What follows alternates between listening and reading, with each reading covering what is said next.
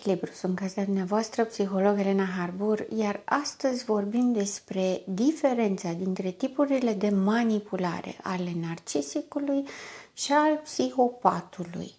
Pentru că ele par foarte asemănătoare și se pot confunda la un anumit nivel, având în vedere că narcisicul și psihopatul în sine sunt confundați între ei.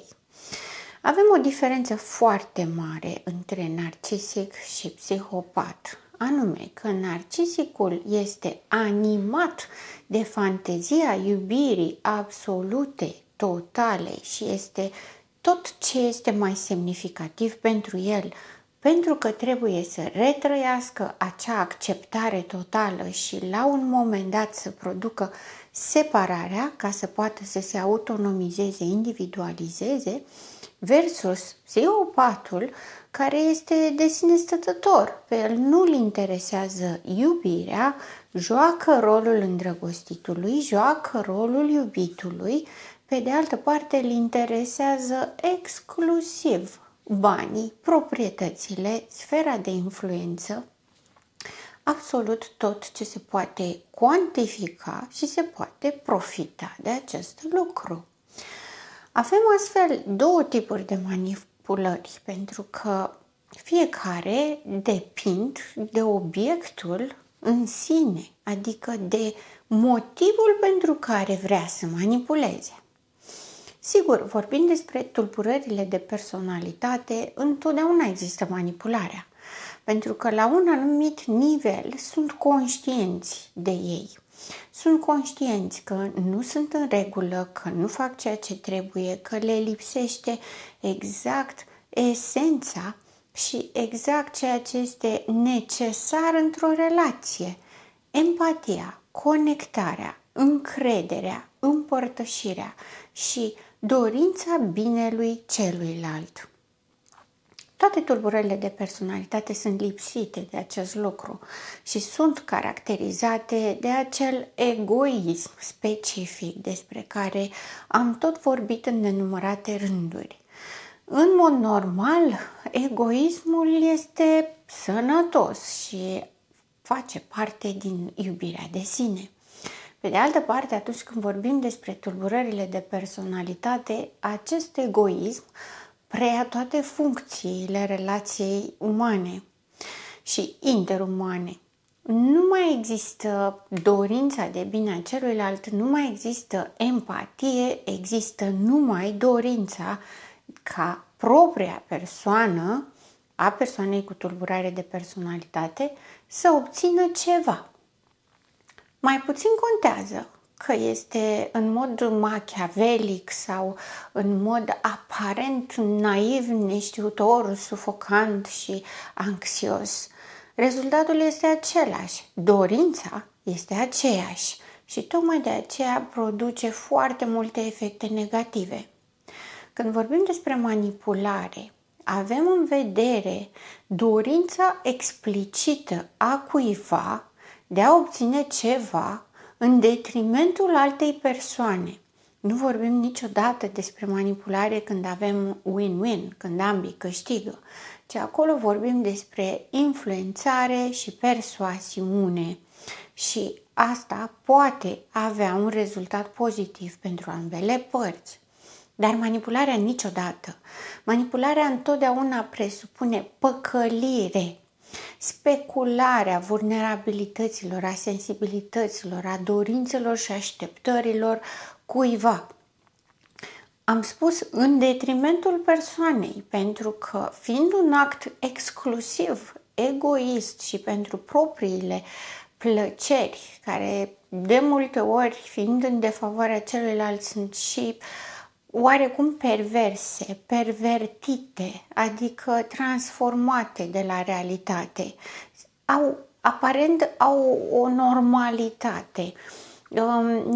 Îmi doresc să ne fie bine la amândoi, dar doar cum îmi place mie sau doar cum eu consider că este bine. Iar tu ție trebuie pur și simplu să-ți placă, trebuie pur și simplu să accepti, doar pentru că eu am decis asta, doar pentru că pentru mine are sens.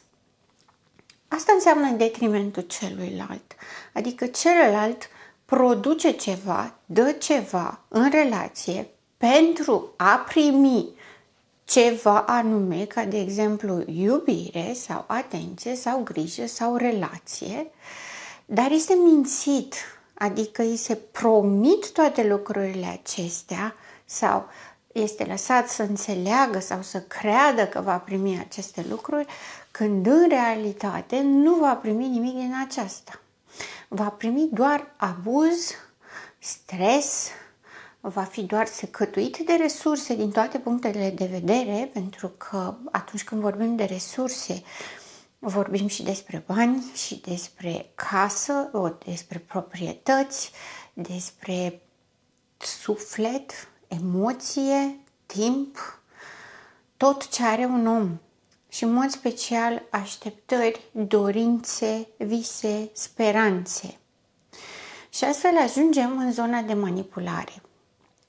Narcisicul, având ca scop iubirea ideatică absolută, totală și mai ales necondiționată, că își place și să braveze cu asta și să spună trebuie să mă iubești necondiționat, să nu-mi ceri absolut nimic. Da, mi se pare amuzant și hilar pentru că este atât de infantil încât te gândești că n-are cum să fie real într-o lume a adulților și totuși se întâmplă. Chiar cred că există această iubire între adulți și o cer cu perseverență și cu insistență, fiind centrat pe această iubire ideatică, exagerată, cerință, tipul de manipulare se face din exterior către interior. Ceea ce îl interesează pe narcisic și ceea ce vrea să producă este fuziunea minților. Mintea ta trebuie să fuzioneze cu a lui pentru ca tu să preiei principiile, valorile, credințele sale. Nu contează că sunt absurde. Vrea să le preiei, să le înghiți și să le transformi ca fiind ale tale.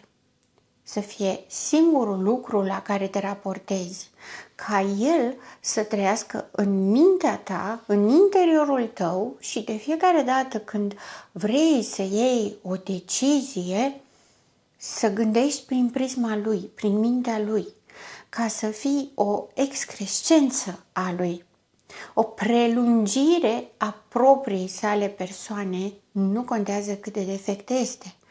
Șmecheria este că dacă gândești pe cont propriu, ești un pericol pentru el. Pentru că gândirea autonomă presupune că tu poți să vezi cât de disfuncțional este și să reacționezi la asta. Să respingi sau, Doamne ferește, să încerci să-l pui în contact cu realitatea.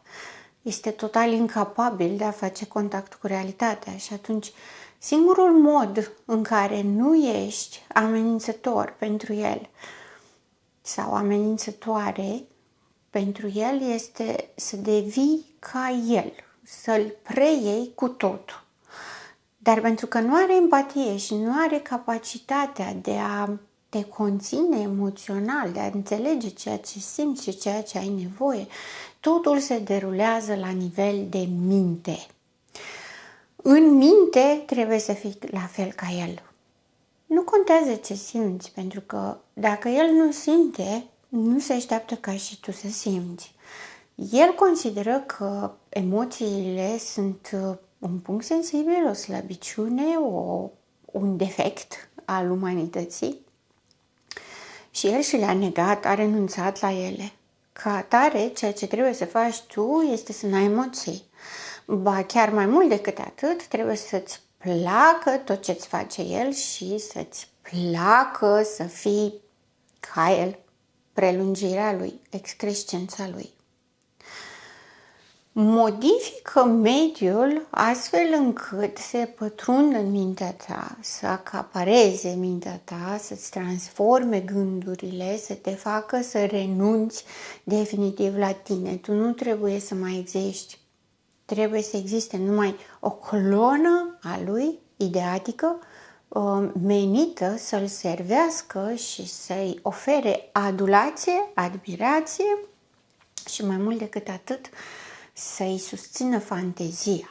El este unicul, el este special, grandios și extraordinar și nu există nimic altceva, iar singura ta menire pe lumea asta este doar să fii acolo, să-l conții și să-i oferi tot ce i-a trecut vreodată prin cap sau tot ce își dorește, iar tu ar trebui să le știi de dinainte ca el să le spună, că altfel riști să fii prost sau proastă, lucru care îl va considera oricum în momentul în care faci chestia asta și renunți la tine și te sacrifici și te donezi lui.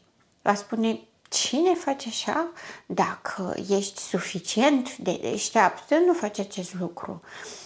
De ce să te donezi? Nu există așa ceva, dar dacă te donezi, înseamnă că îți meriți soarta și meriți să fii pedepsită și torturată pentru asta. Sună exact așa cum este, extrem de absurd, ca un joc prost dintr-o copilărie în care pur și simplu neștiind multe lucruri, încerci și tatonezi una și alta să vezi care iese, chiar dacă majoritatea sunt greșite. Dar el asta face și în asta crede. Manipularea lui pe asta se bazează.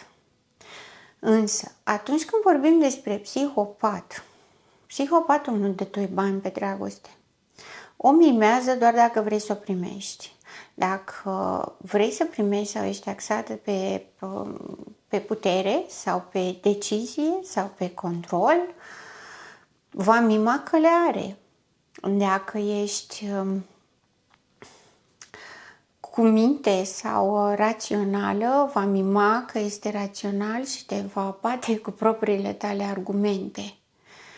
Este dramatic. Pe de altă parte, psihopatul fiind atât de rupt de el, el nu există practic, există doar mintea lui care se lăjulește într-un trup și tot ce contează este să-și bată joc de alții, de toți oamenii, să-i facă cu capul, cum explică ei, și spun mereu, mie nu-mi face nimeni față, eu pot să fac, să mă joc cu mintea oricui și pot să-i fac pe toți cu capul că eu sunt cel mai deștept.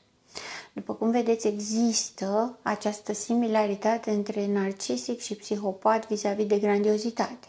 Ambii sunt grandioși.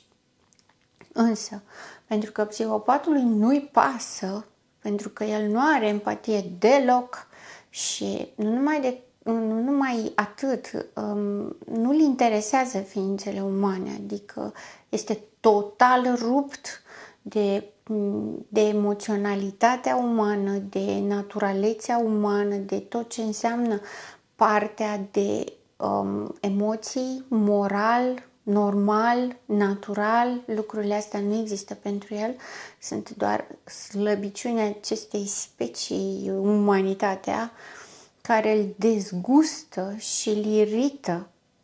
Și ca atare, toată manipularea lui este către a te schimba pe tine din interior ca să acționezi asupra mediului exterior. Vedeți, este în oglindă față de abuzul narcisic, pentru că narcisicul manipulează mediul ca să poată să ajungă în mintea ta și să te transforme, în timp ce psihopatul te transformă pe tine ca să acționezi în exterior, pentru că neinteresându-l de tine sau de orice altă ființă umană care sunt doar, pentru el sunt doar păpuși mapeți, păpuși de pluș pe care le manipulează să obțină ceva, toată viața este o scenă de teatru în care el este the master puppet, în care el controlează tot și pe toată lumea, în postura de victimă a sa sau de parteneră de cuplu, pentru el este același lucru, tot ce face și este să te transforme pe tine.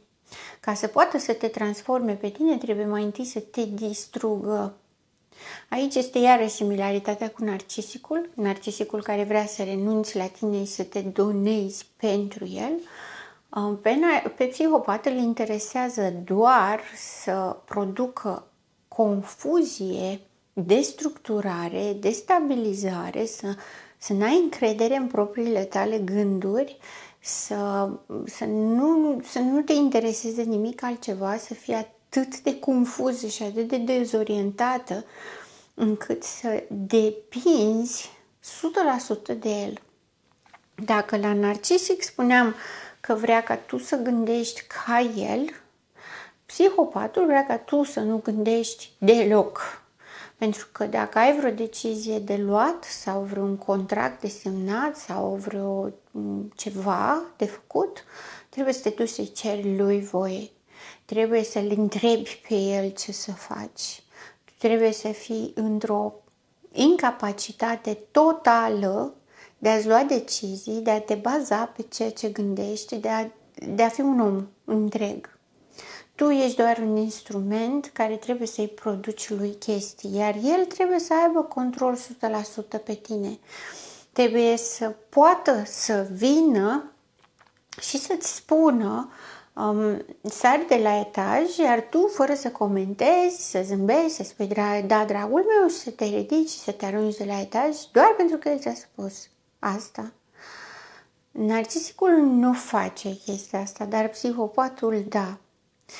Bine, am folosit un exemplu în extrem, tocmai ca să fie relevant vis-a-vis de dinamică, vis-a-vis de ceea ce își dorește să obțină.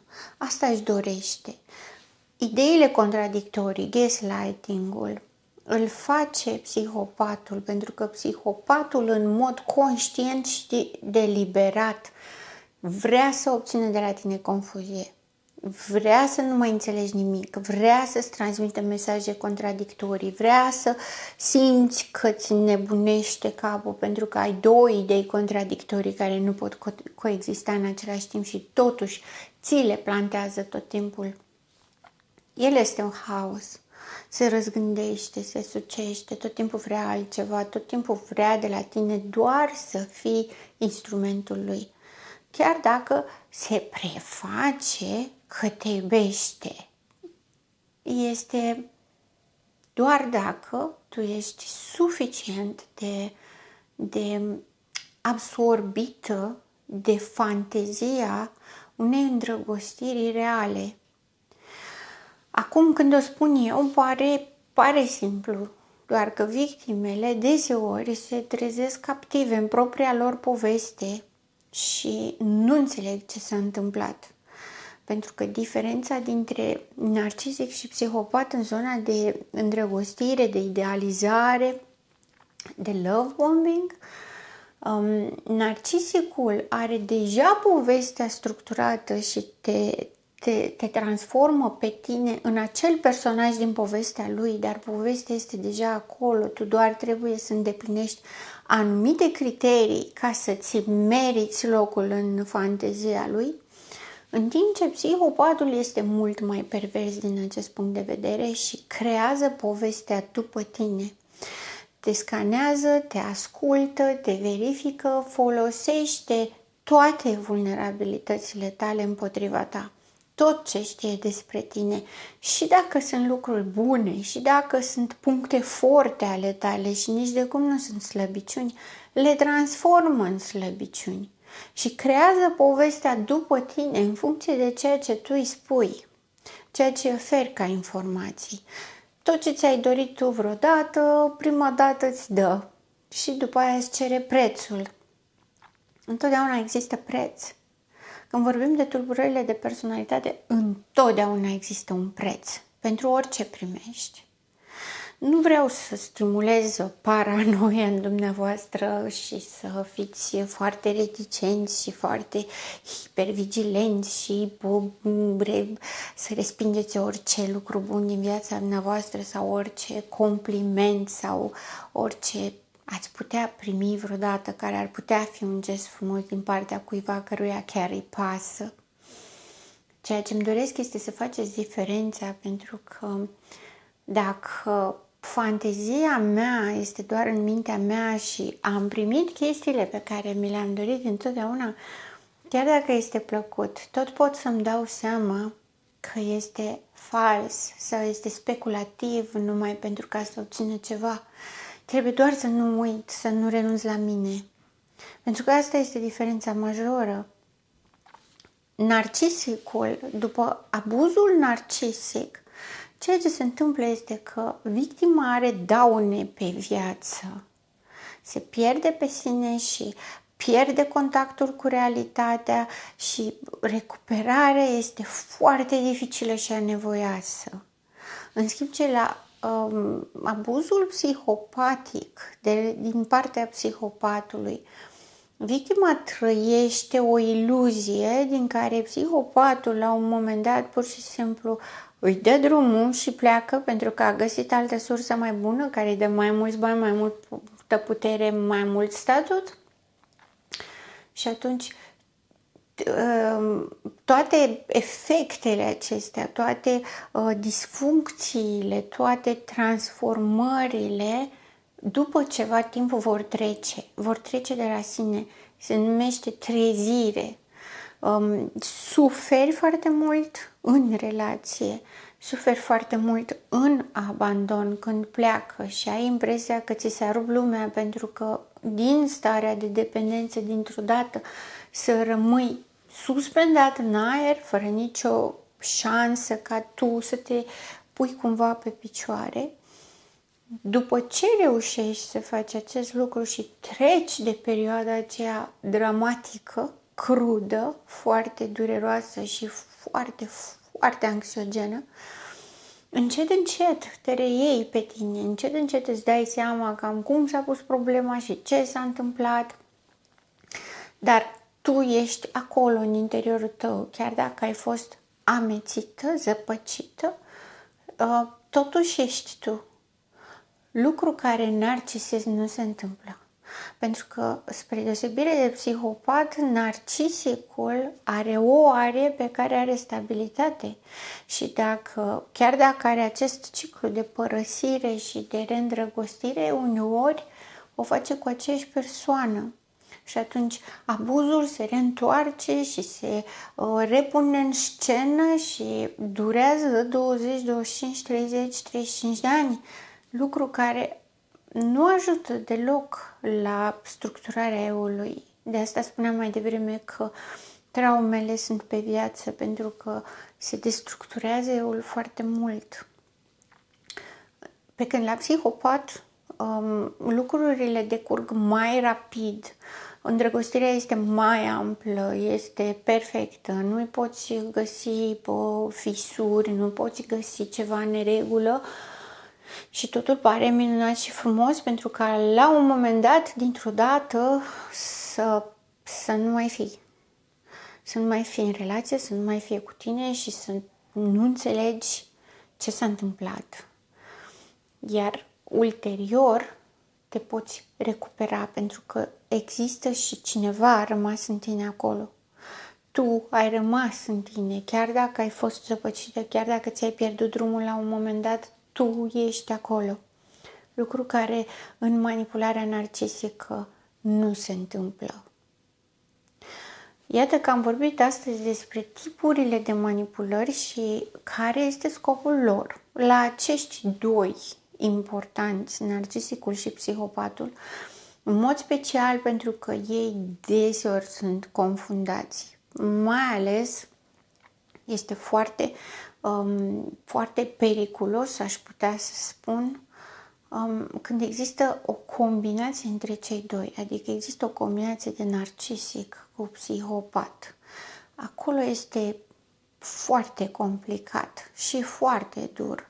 și vom vorbi într-o ediție viitoare și de ce se întâmplă acest lucru. Sunt gazda dumneavoastră, psiholog Elena Harbur, și până data viitoare rămâneți în echilibru.